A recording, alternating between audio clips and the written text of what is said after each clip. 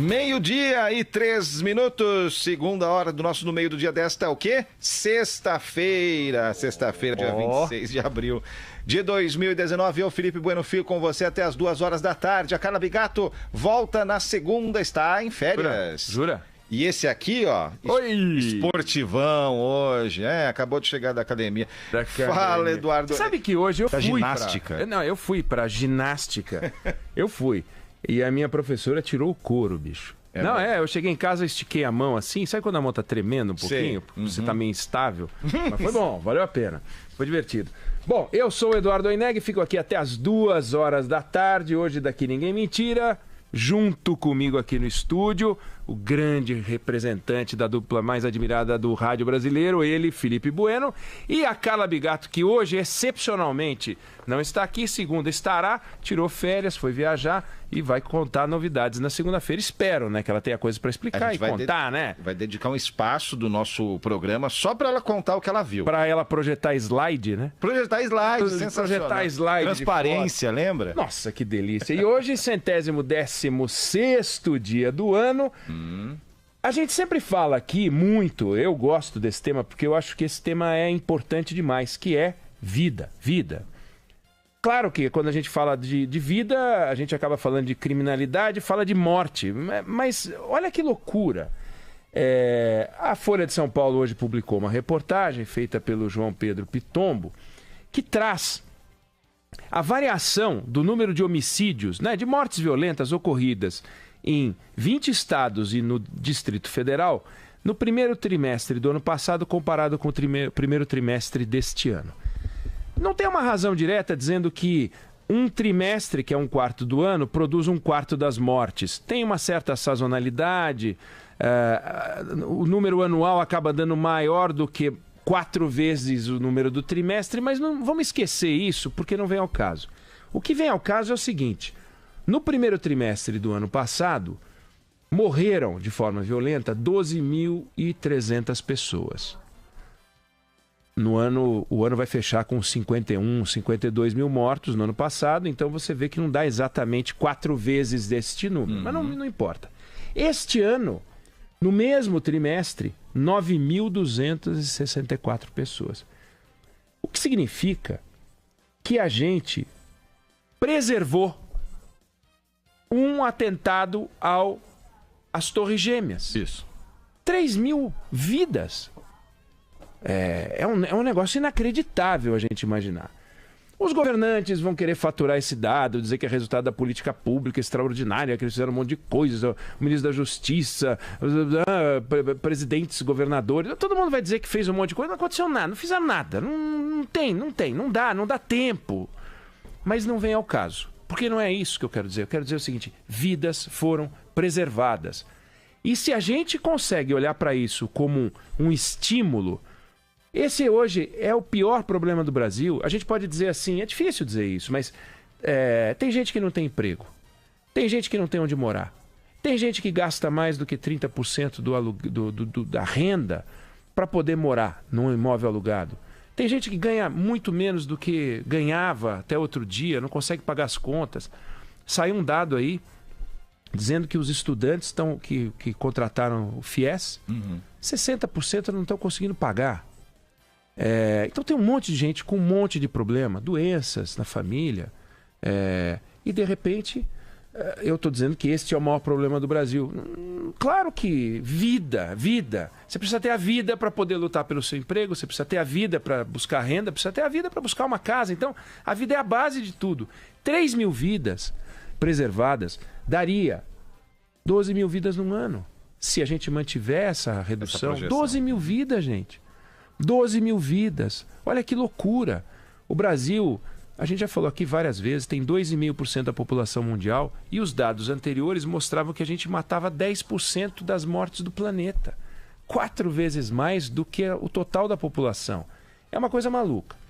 Aí, hoje eu lia essa reportagem de manhã e o meu filho André, que é estudante de engenharia de produção, adora número, eu também gosto muito de número.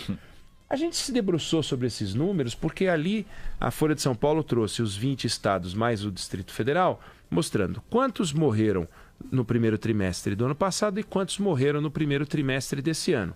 e organizou os dados e os estados pela redução, onde o Ceará está em primeiro lugar como o estado que mais reduziu o número de homicídios.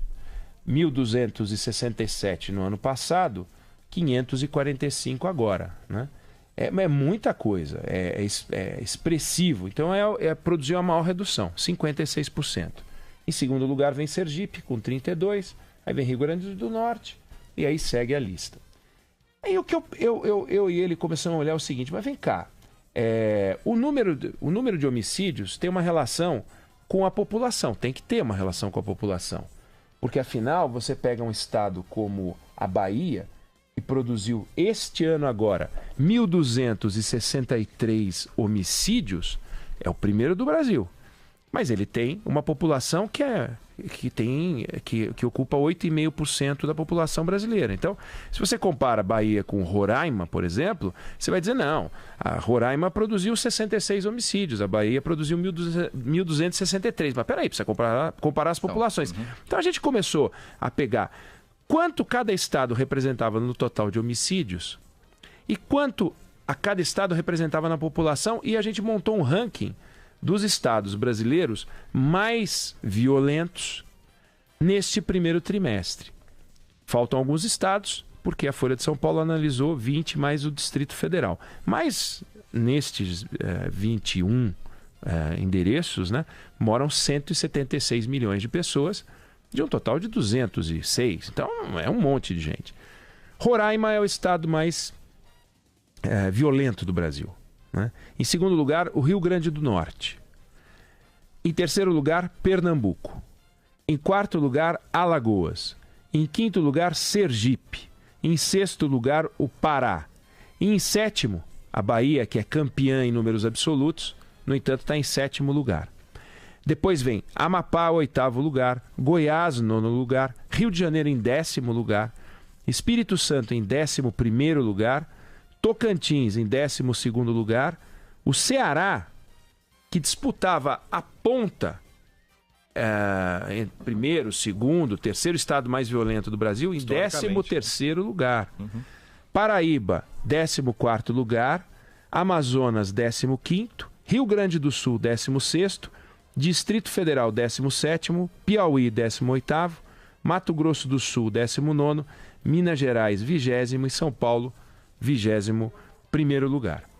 É preciso que se diga que a distância de Minas Gerais para São Paulo, e se você fizer a ordem inversa, dizendo quais são os estados mais seguros do Brasil, São Paulo está em primeiro lugar, a distância para Minas Gerais de São Paulo é muito expressiva.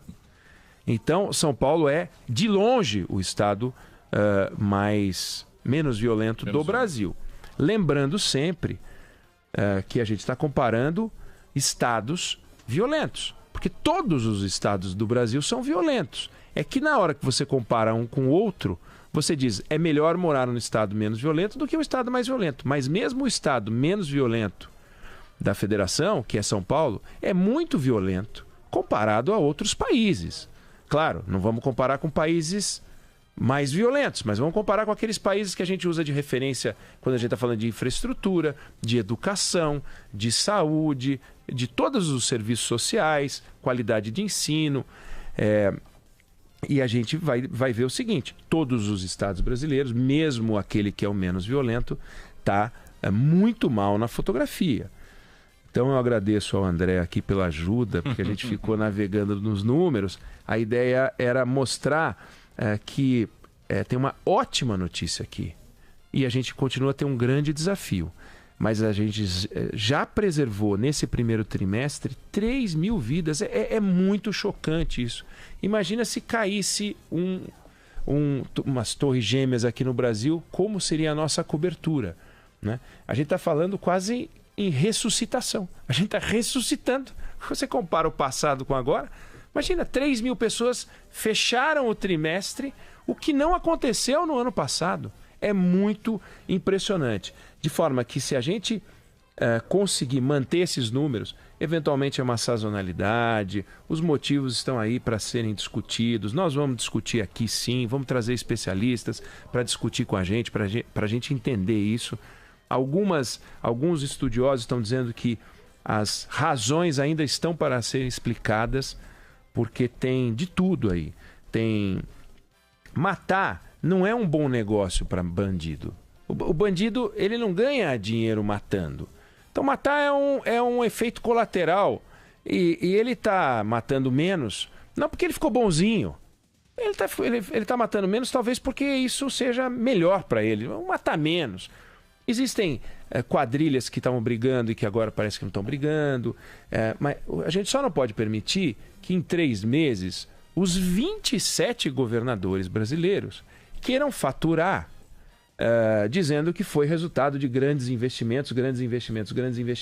Até porque tem estados aqui, como São Paulo, por exemplo, que o número caiu de 875 para 813 números absolutos. Entendeu? Então, não, isso é resultado de um grande trabalho. Não, não é resultado de um grande trabalho. O São Paulo já conseguiu, ao longo dos anos, reduzir para um patamar que o deixa distante de outras unidades da federação e agora conseguiu reduzir mais um pouquinho.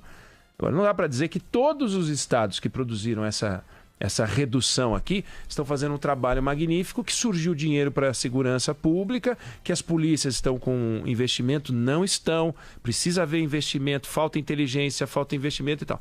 E os governantes têm aquela mania de fazer uma confusão, né? Achar que inauguração de viatura, porque eles inauguram viaturas, você já viu como é, né? Eles pegam 5 viaturas, 10 viaturas, compra 10 coletes, 5 revólver. Num pátio bonito. Num pátio bonito e diz, estamos em investimento. E o governador vai lá entregar a viatura. É a coisa mais ridícula do mundo, não tem nada mais ridículo do que isso. Inaugurar a viatura agora. Isso quando não colocam para rodar pela cidade também, com luzes. As novinhas, né? Isso, E o crime comendo solto. Na esquina de trás lá. Exato, porque e nós estamos falando de homicídio. Se a gente for olhar furto, estupro, roubo e outros crimes, em alguns lugares cai, em outros subiu.